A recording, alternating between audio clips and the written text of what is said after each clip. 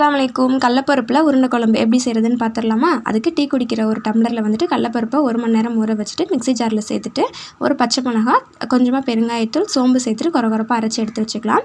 இப்போது தேவையான அளவு உப்பு, கட் பண்ணி வச்சுக்கிற ஒரு பெரிய வெங்காயம், கருவேப்பிலை சேர்த்து நல்லா மிக்ஸ் பண்ணிவிட்டு உருண்டை பிடிச்சி நம்ம தனியாக எடுத்து வச்சுக்கலாம். இப்போ குழம்பு செய்கிறதுக்கு ஸ்டவ் ஆன் பண்ணி கடாயை வச்சு எண்ணெய் ஊற்றிருக்கேன். எண்ணெய் சூடானதுக்கப்புறமா வெந்தயம், சீரகம், கருவேப்பிலை சேர்த்துட்டு கட் பண்ணி வச்சுருக்கிற 2 பெரிய வெங்காயம் சேர்த்து நல்லா வதக்கி விட்டுக்கலாம். வெங்காயம் நல்லா வதங்கி வந்ததுக்கப்புறமா கட் பண்ணி வச்சுருக்கிற 2 தக்காளி, கொத்தமல்லி சேர்த்து நல்லா வதக்கி விட்டுக்கலாம். இப்போ அரைச்சி வச்சிருக்கிற வெங்காயம், தக்காளி, பூண்டு சேர்த்து நல்லா பச்சை வாசனை போகிற அளவு வதக்கினதுக்கப்புறமா மஞ்சத்தூள், குழம்பு மிளகாய் தூள் சேர்த்து நல்லா வதக்கி விட்டுலாம். இப்போ புளி தண்ணி சேர்த்துட்டு எண்ணெய் பிரிஞ்சு வந்ததுக்கப்புறமா குழம்புக்கு தேவையான அளவு தண்ணி ஊற்றிக்கலாம். இது பார்த்திங்க அப்படின்னா ஜார் அலசி தண்ணி சேர்த்துக்கிறேன். தேவையான அளவு உப்பும் சேர்த்துட்டு நல்லா மூடி போட்டு கொதிக்க விட்டுக்கலாம். இந்த அளவு கொதிச்சு வந்ததுக்கப்புறமா ஒரு உருண்டையாக லோ ஃப்ளேமில் வச்சு மூடி போட்டு 10 மினிட்ஸ் விட்டிங்க அப்படின்னா சூப்பரான உருண்டை குழம்பு ரெடி ஆகிரும். இதே மாதிரி நீங்களும் ட்ரை பண்ணி பாருங்கள். நெக்ஸ்ட் vlogல பார்க்கலாம். வீடியோ பிடிச்சிருந்துச்சு அப்படின்னா லைக் பண்ணிக்கோங்க.